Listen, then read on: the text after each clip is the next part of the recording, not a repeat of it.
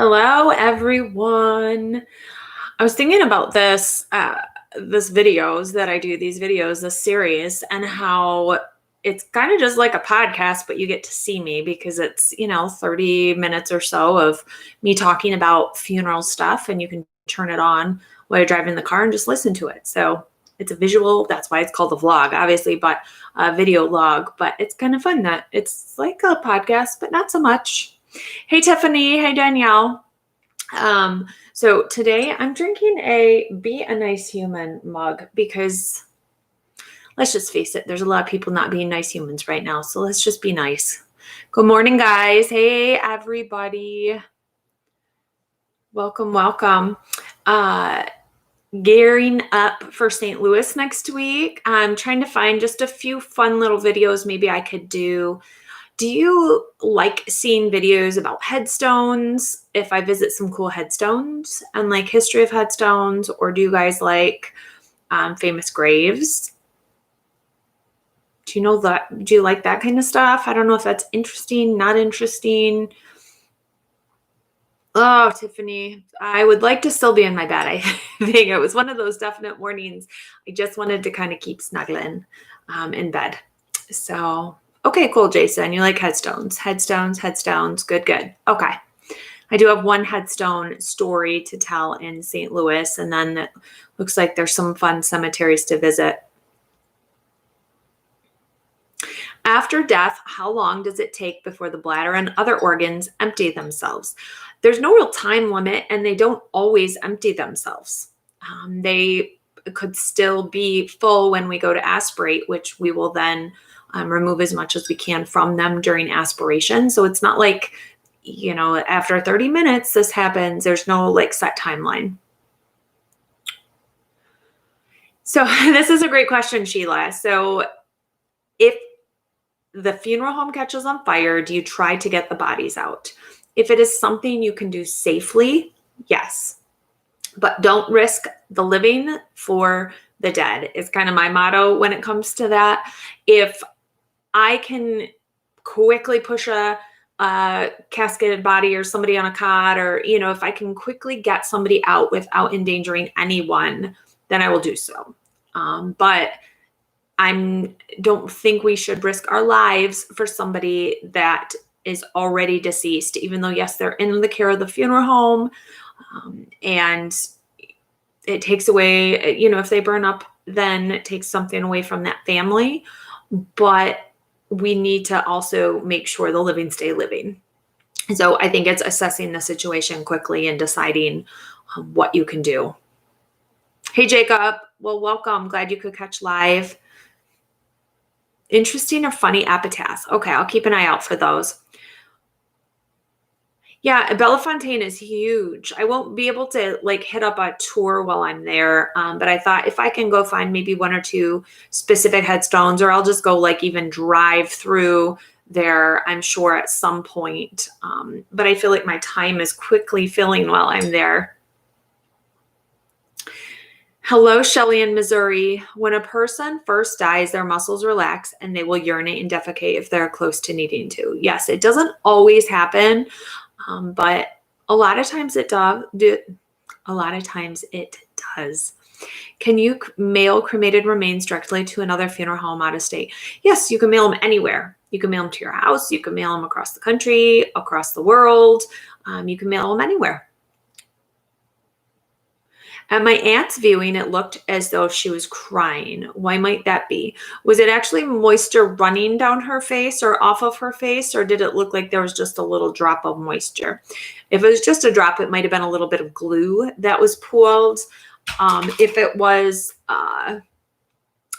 running, it might have been a condensation issue that she had been in the cooler and they brought her out, and the temperature of the air and her temperature didn't mix and you get condensation. So that could be part of it.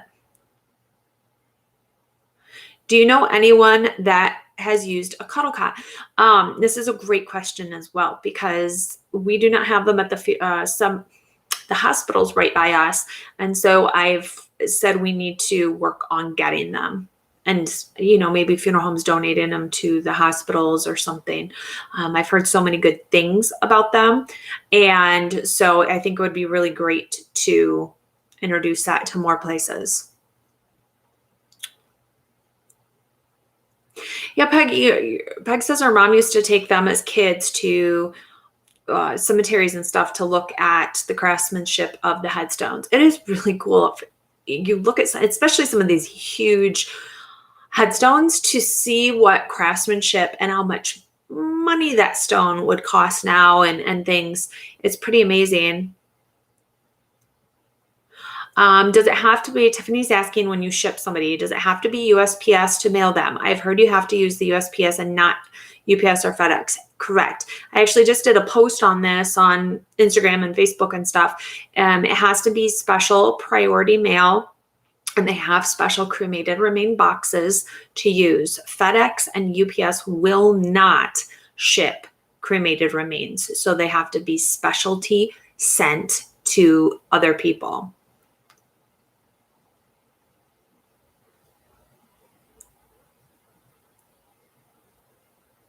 Oh, Danielle, I went to my aunt's funeral last week, was quite shocked and annoyed when I saw a super glue tube on the flower stand right next to her head and a bottle of foundation on the floor under her casket. It looks like maybe they had to run in and do a quick touch up, that maybe one of her eyes was popping open or her mouth, and they had to quick touch her up, but they didn't make sure to pick all their stuff up. Casey, so fun. You're getting your hair and makeup done for your aunt's wedding. Congratulations and blessings all over her marriage. Jasmine, great question as well. For someone interested in going into funeral service, what's the best way to contact the funeral homes? Phone, email, or in person? All of them. So email is going to get kind of pushed to the side sometimes. Phone calls maybe just getting written down and you may not get a call back. In person, you can at least put a face to your name and to why you're there. Write a nice letter with your intent and go drop it off. Introduce yourself. Be really personable. Dress professionally. Make an impression on them. Here's the thing. In any given day, we could be handling like 10 calls. We could be handling no calls. We could be cleaning. We could be scraping wallpaper. We might be out on a funeral. We might be in the mode of getting ready to go on a removal. So you never know what might be happening when you call or email or stop in. However, there's going to most likely be some other staff there if you walk in that you can introduce yourself to, talk to for a few minutes, tell them why you're stopping in, and you have a better chance then of maybe getting a call back.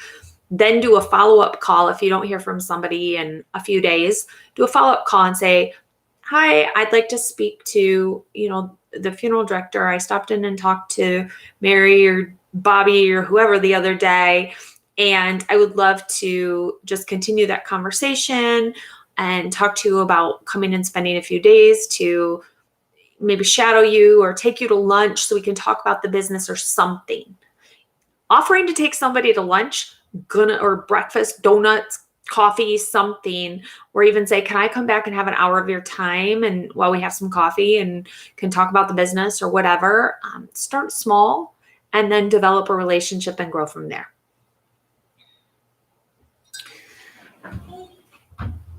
Sorry, I dropped my mouse to be able to log off later. JW, I know there's so many places to visit, so I'm going to have to figure this all out. Do you know why it's so hard to honor my mom's wishes in Michigan? My mom wants a direct burial without being embalmed, but the few places I have called said they don't have burial. So Jessica, you don't have to be embalmed to be buried anywhere in Michigan unless it's in a mausoleum and they require it. A direct burial is immediately burying the person without being embalmed, and you can do that anywhere. Does a hanged person need special care? I'm guessing if someone dies by hanging, do they need special care? Yeah, they're going to have some marks on their neck and things, and they may be autopsied if they did an investigation into it. So They may need just a little bit more cosmetic and definitely a little bit more care to getting them ready for viewing. Permit within 48 hours, they will embalm. Embalming is not a law, and you do not have to be embalmed in Michigan or any state in 48 hours. That is not a law. So somebody that's telling you that's a law, you need to call a different funeral home because that's not a law.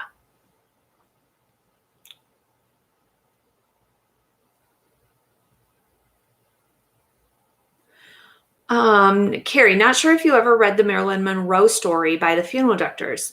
Obviously morally wrong to take hair clipping, breast pads. How much liability does that open up? Company policy or law?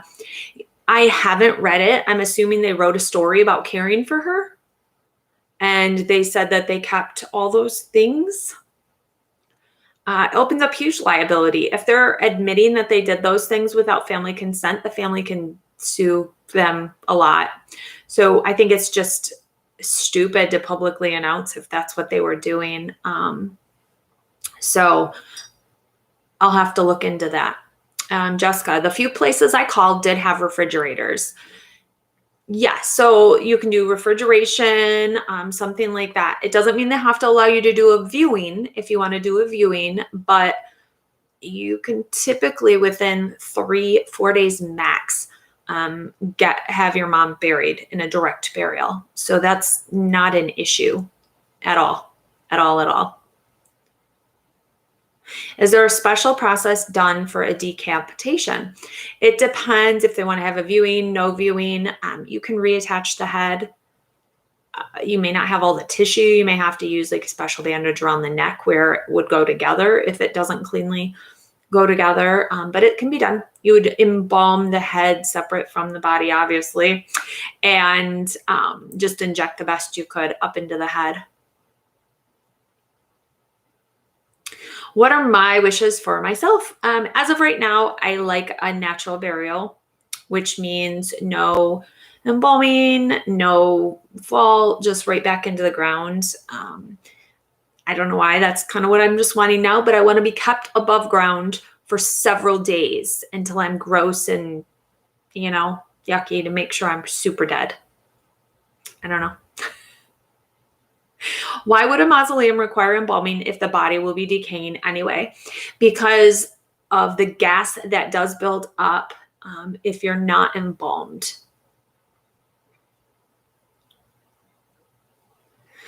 Tiffany, yeah, but so here's the thing. What do you mean by natural burial? As you see, because you work around the business, people use terms like green burial, natural burial very loosely. That doesn't mean one thing anymore. It could mean no embalming. It could mean shrouding. It could mean no vault. It could mean, this, that, or the other. So what are your specific desires? Because those terms don't really tell us in the end what they're requiring.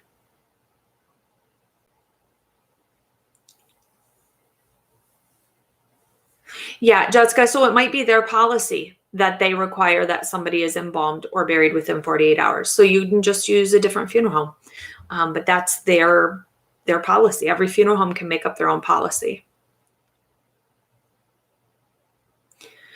Tiffany, that's a thing. So in Michigan, there's a rule, like a general guideline that you should try to bury, cremate, or embalm within 48 hours. And some funeral homes like to push it like it's law that they tell the family they have to have that. And that's not. That's just your business choosing. Yeah, it might be some people's way of forcing embalming or, the extra charge or whatever, but some people also don't have refrigeration and things. So does the body weigh less or more after embalming? It's the same. You're replacing fluid. So you're not adding anything to the body. Sometimes it can weigh less though if there is edema and you're drying out the tissue. I was saying in the video on Wednesday, you can add up to 40 pounds of water weight, if not more, in the hospital with edema. And we can draw that out during embalming. So then you would weigh less. Hey, Amy, thanks for catching live. Do you have to provide your own clothing or do funeral homes have clothing on hand you can purchase? Back in the day, funeral homes used to sell a lot of clothing, burial dresses and suits and such. not the case as much anymore. Maybe in certain areas of the country, it might be a little more common that they still do. A lot of funeral homes still have a closet that has like 2 or 3 dresses or 2 or 3 suits that have never been purchased, or people donate clothing for other people to be buried in, like, unclaimed individuals and things if they dress them. But typically it's people bring their own clothing. Oh, Tony, I'm so sorry. Tony's dad or papa, is that your dad or your grandpa?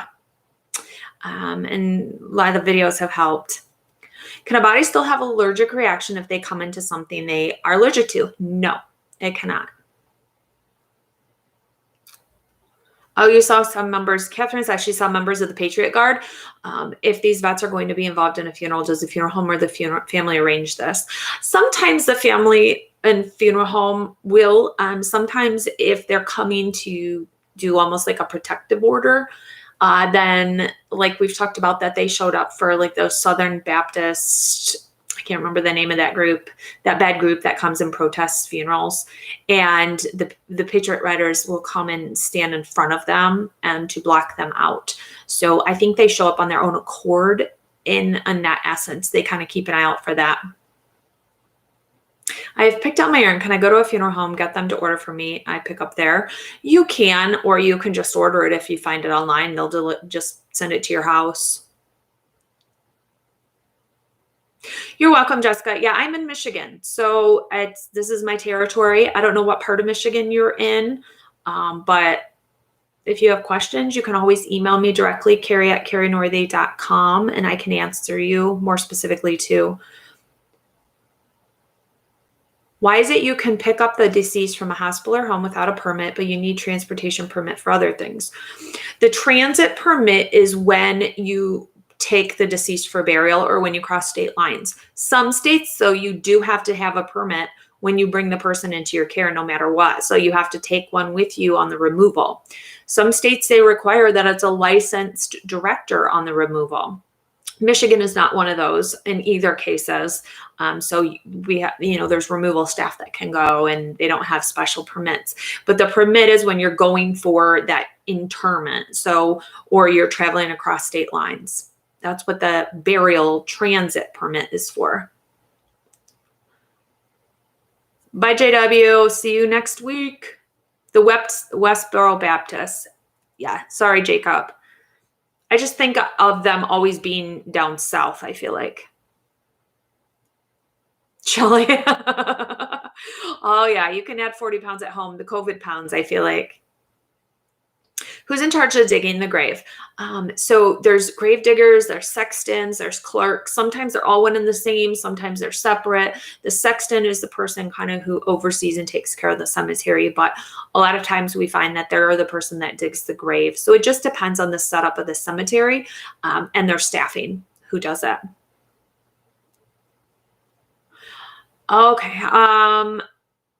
Ashley, my dad passed away in another state unexpectedly. They told us he had to be embalmed to cross state line and had to be flown in. Why is that? Well, that's not accurate. Always. Each state has their own laws, whether someone has to be embalmed to enter or exit that state. Like Kansas, you have to be embalmed to leave the state. And I think to come back in too. So it just depends. But like I can put somebody in a car, I can drive them all the way to Illinois and they don't need to be embalmed. I can go into Indiana, I can go into Illinois, and I can come back around. No embalming. So they don't have to be with every state. And no, they don't have to be flown. They can be drove, but it depends on, you look at your cost. Which one is more cost effective, driving or flying? With flying, you have the additional container that they would be shipped in. With driving, they could be transported on the cot. And then also with flying, they do not have to be embalmed to be flown. They would be packed in ice or some kind of, cooling packs, but they do not have to be embalmed to be flown. So that may not all be very accurate information depending what state you are in. Oh, hey, Country Shine. Yay for Gupton Jones. Oh, Robert, that's such a good question. I've been asked that before. I don't think I've come up with a good answer. If you could care for any person from history, famous or not, who would that be? I really don't know.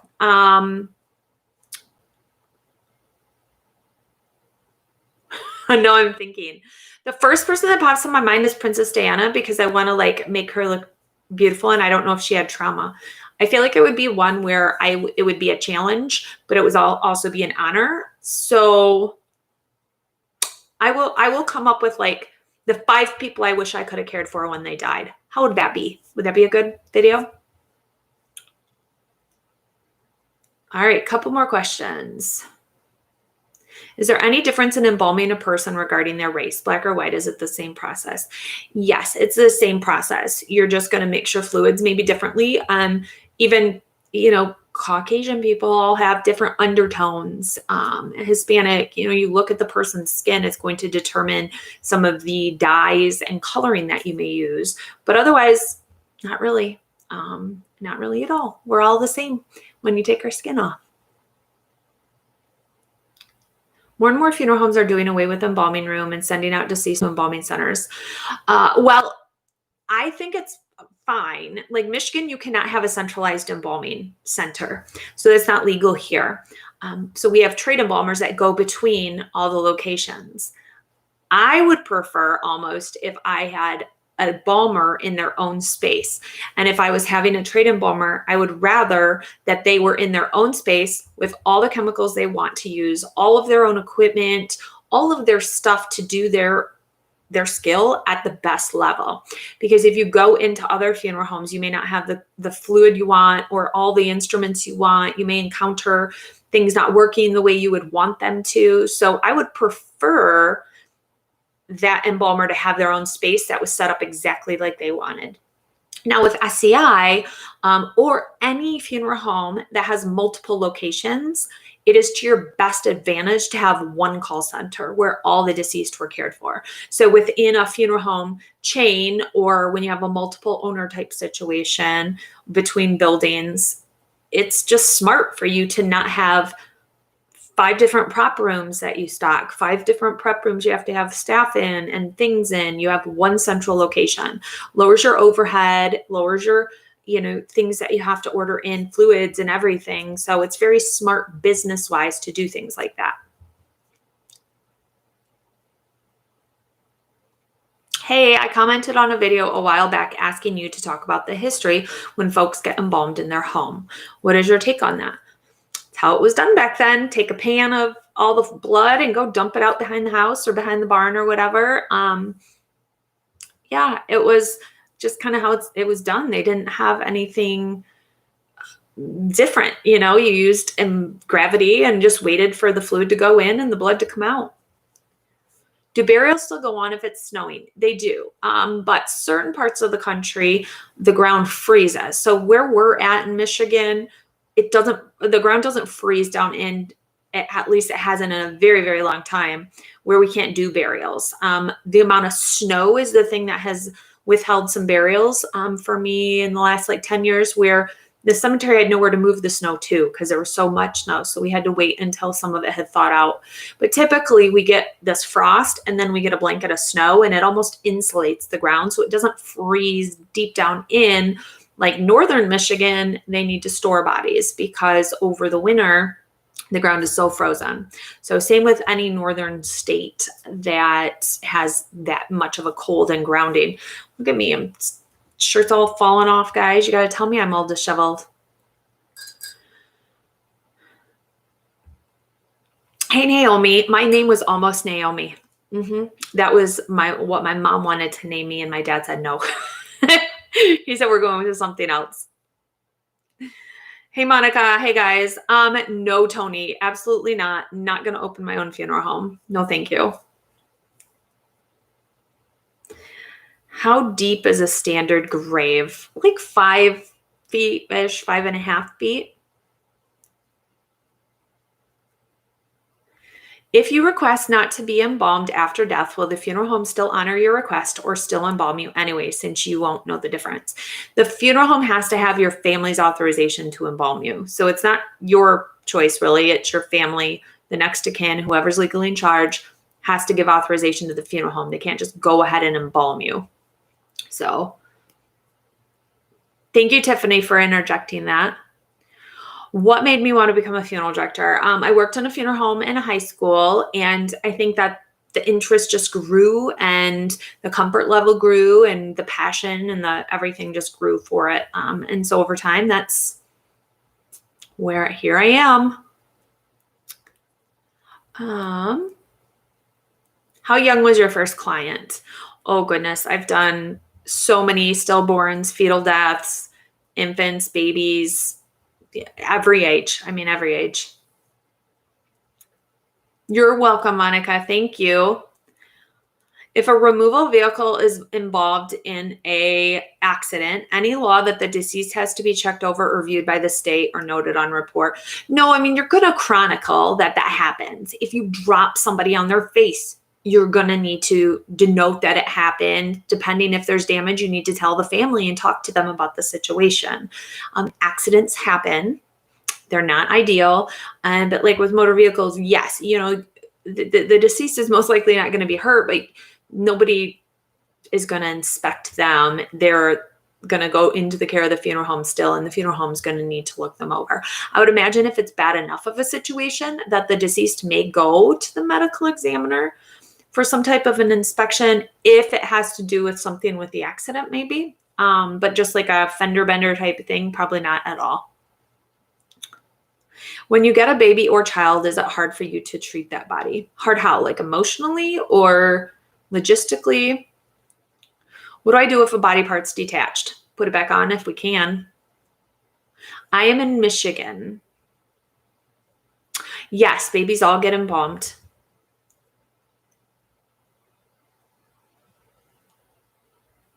You've seen, Simon says he's seen an older cemetery price list where they charged by the foot for a grave depth. Like standard is 6 foot, then like 2 foot deep increments up to 24 feet.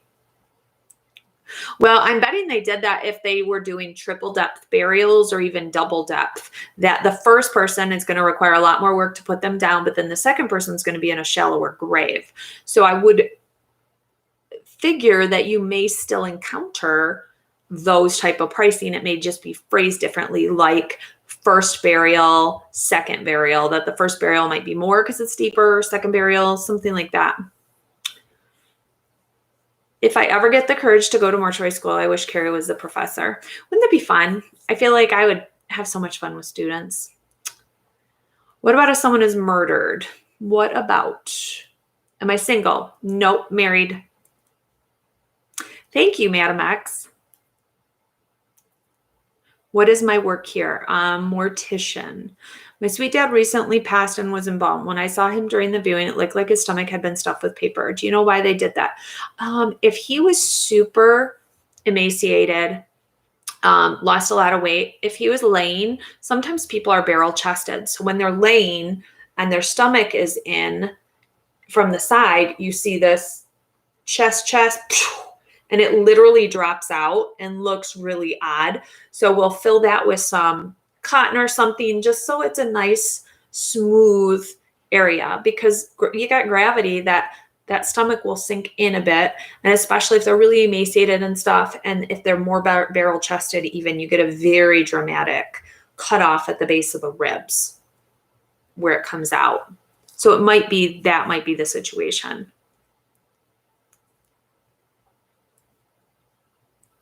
Yeah, Tiffany, not many cemeteries, I think, can go triple depth.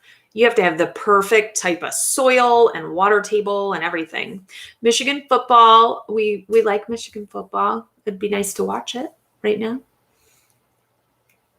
Well, CJ, you can try, sir, or ma'am, or the anonymity of YouTube, guys. I never even think of that.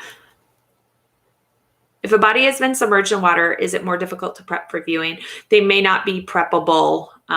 They may be so decomposed that they can't do prep. I am in Michigan. All right, let's do one more. Do bodies harden when embalmed? Yes, most of the time. When are you starting on your book? Great question. Great question. I've got a bunch of notes down and stuff. I'm going to start carving out some writing days coming up here, because I think that's going to be my best way of doing it. I'm trying to get some ground under me of videos stored up so then I can take a break from the videos a little bit and know that there's still content going out. So I have to just plan this. And it's, you know, with the hybrid schooling right now we have going, I'm got kids to juggle and stuff. Additionally, where working from home, it would usually just be me, and now it's kids. So we have to kind of balance. If you could travel in time and as an observer to view a funeral ritual, what time in history? Oh, totally want to go to Egypt to mummify some people. I think that would be super fascinating. So totally would do that.